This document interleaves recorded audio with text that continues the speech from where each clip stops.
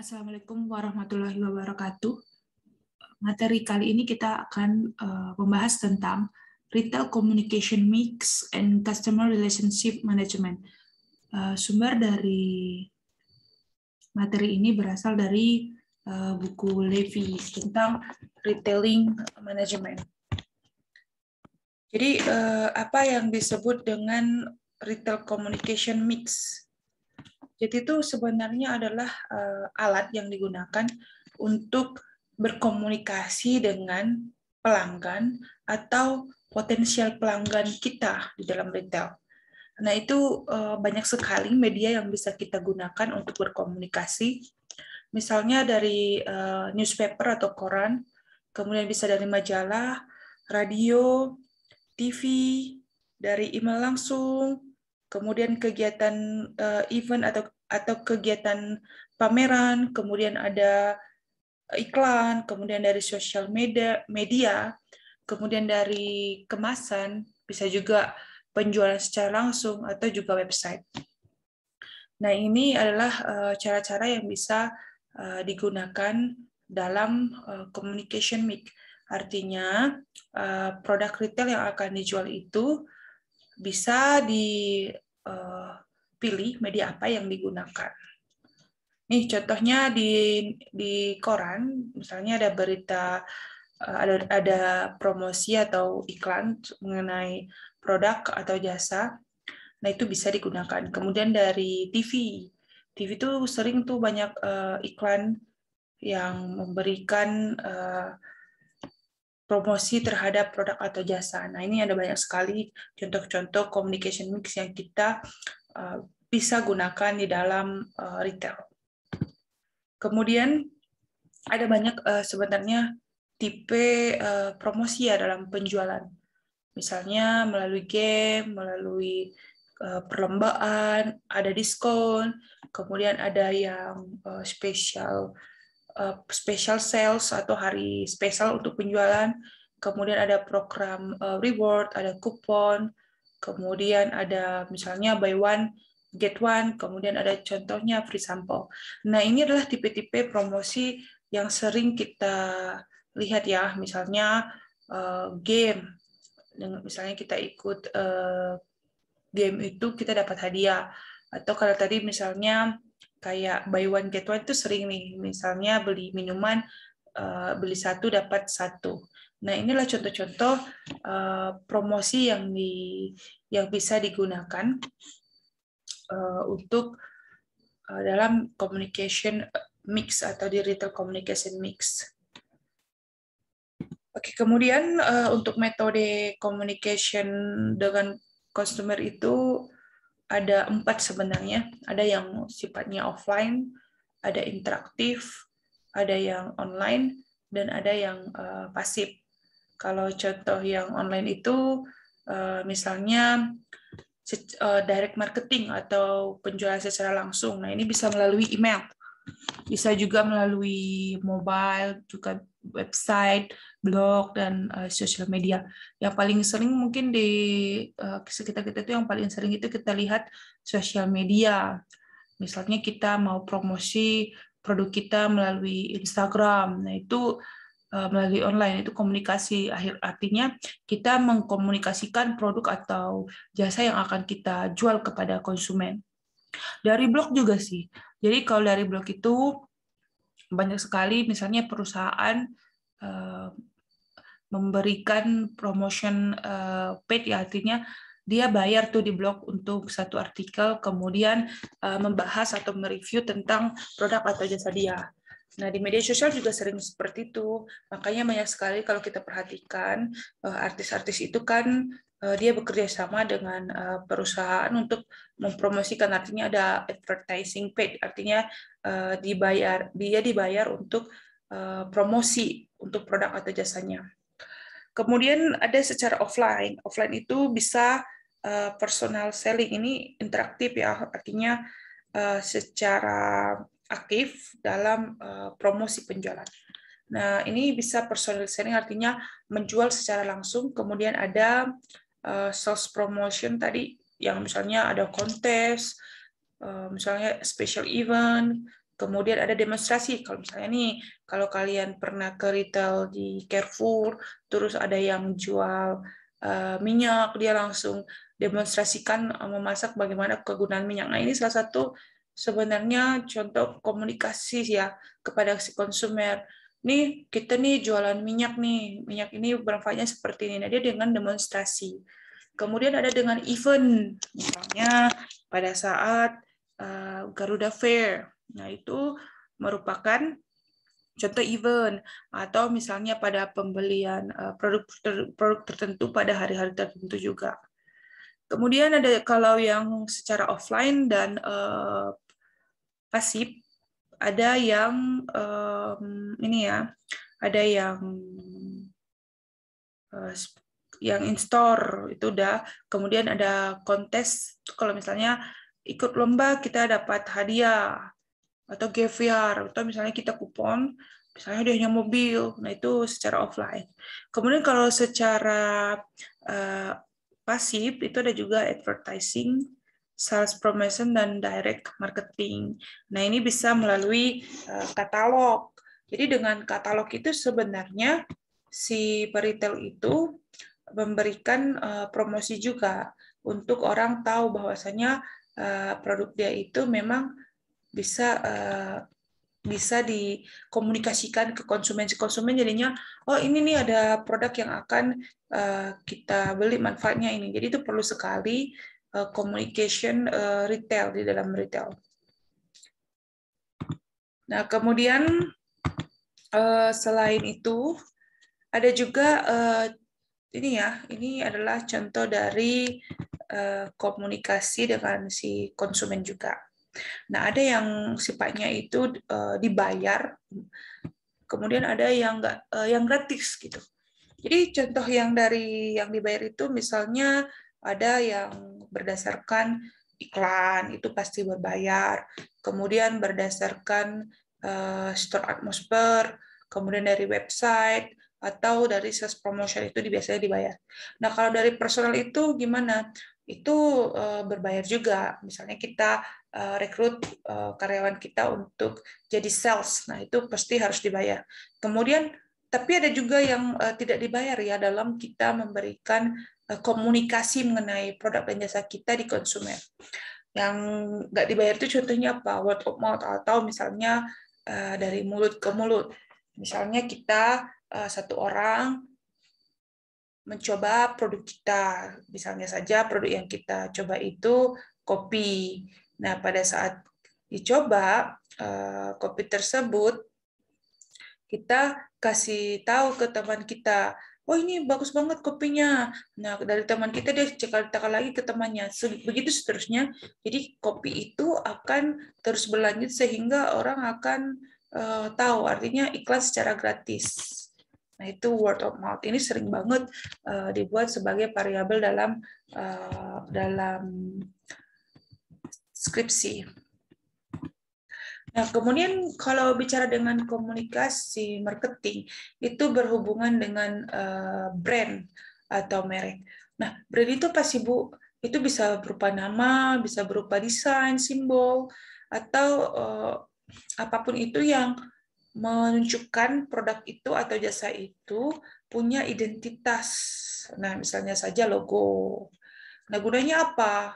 Ya, supaya orang ingat akan produk atau jasa kita serta membedakannya dengan produk atau jasa lain. Nah, kemudian dari brand ini ada yang namanya brand awareness atau kesadaran merek kalau di dalam bahasa Indonesia. Itu gunanya apa sih, Bu? Untuk mendeskripsikan kekuatan dari suatu produk itu, nama suatu produk di mata konsumen. Dia jadi tahu, oh ini konsumen ini, produk ini dari perusahaan ini gitu. Nah, tapi ini brand awareness ini adalah salah satu langkah yang ini ya biasanya ada dua dilakukan.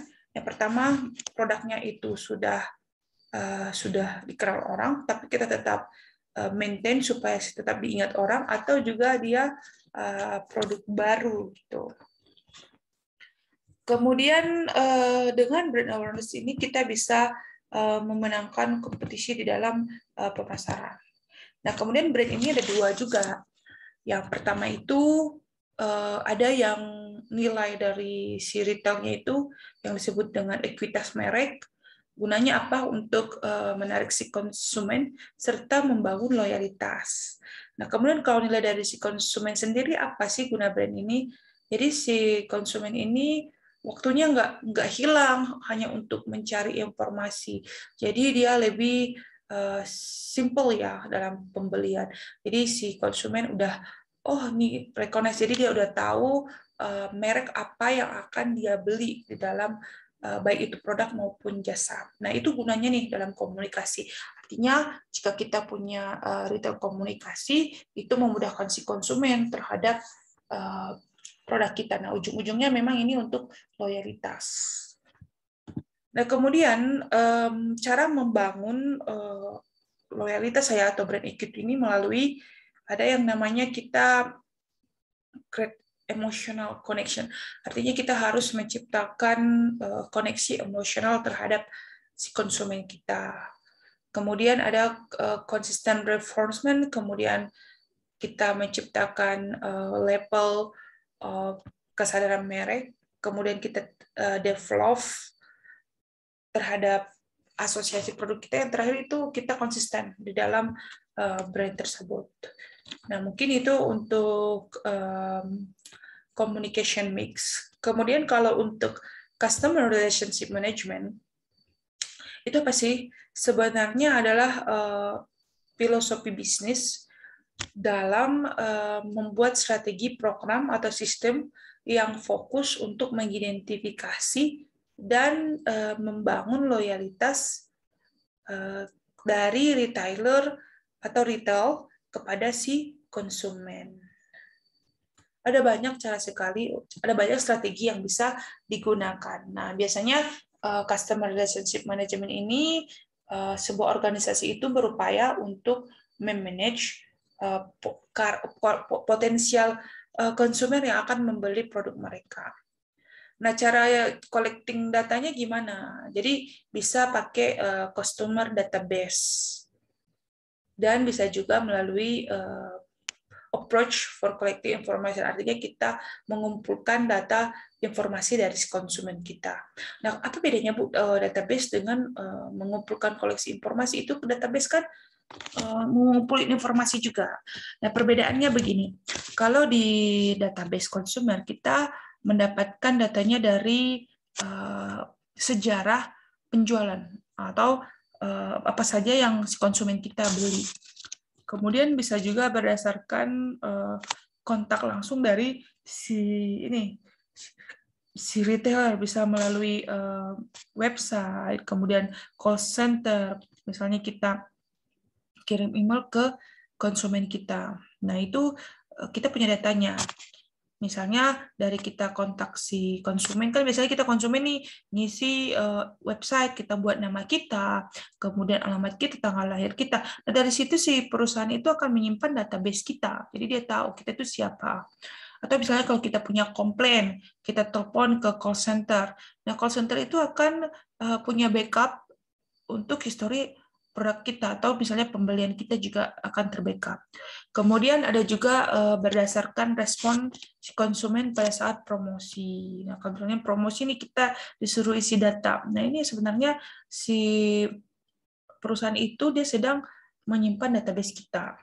Kemudian ada berdasarkan collecting information, misalnya jika informasinya itu didapat dari ditanyakan kepada si konsumen, mulai dari telepon, nomor HP-nya berapa, nama dan alamat.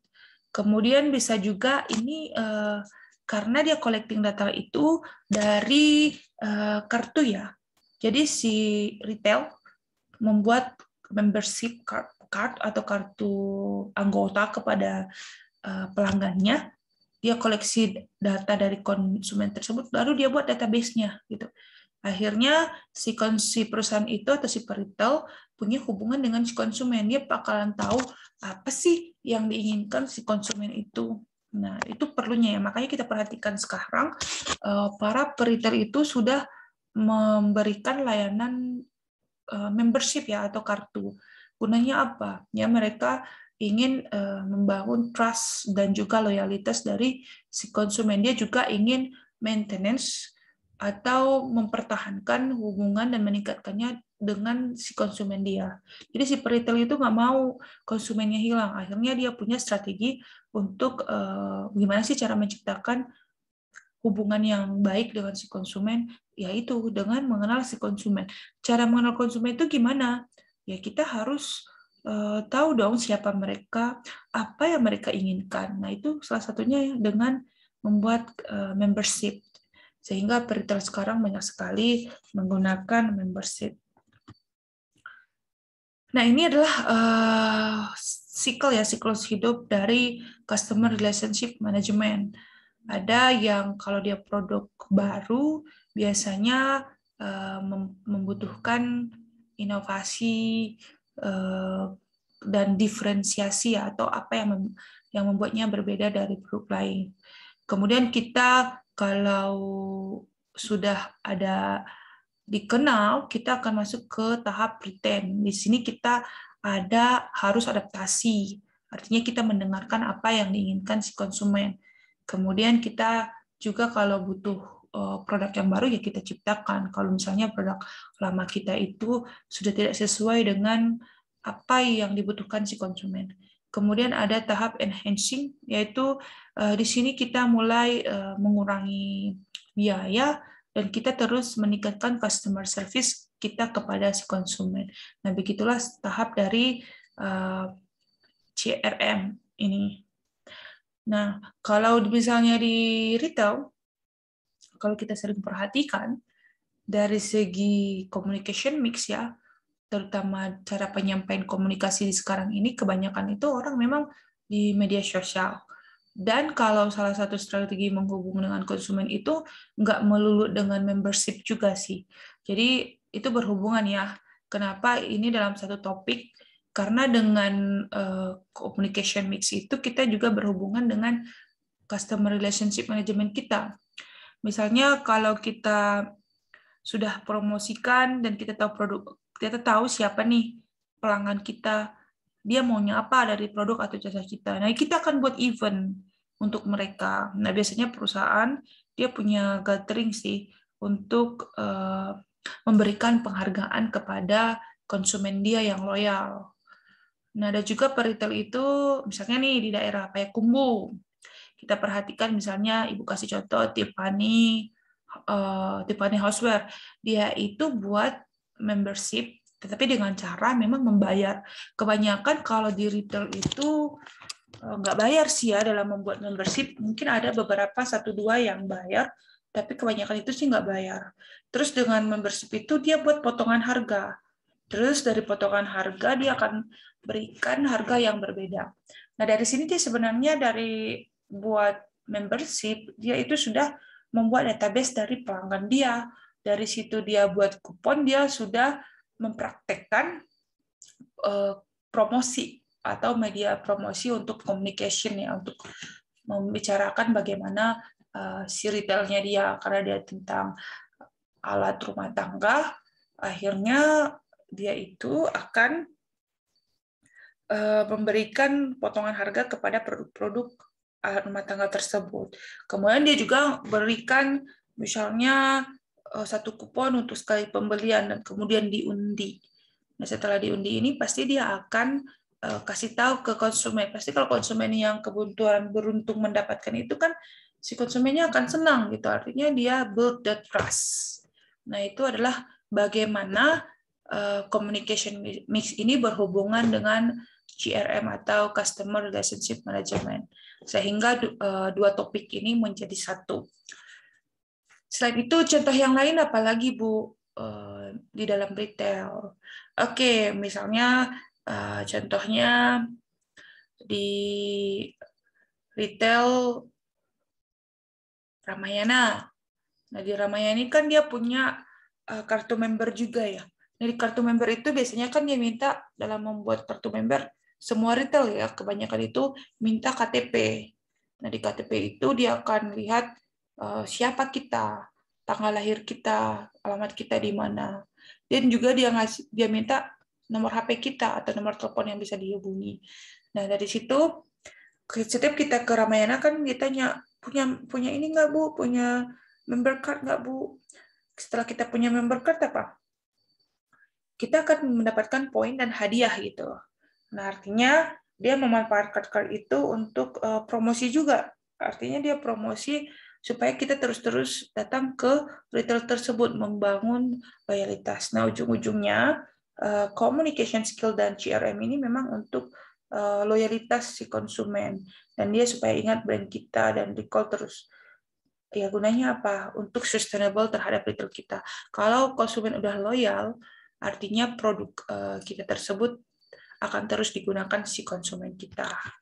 Mungkin itu saja untuk pertemuan ini.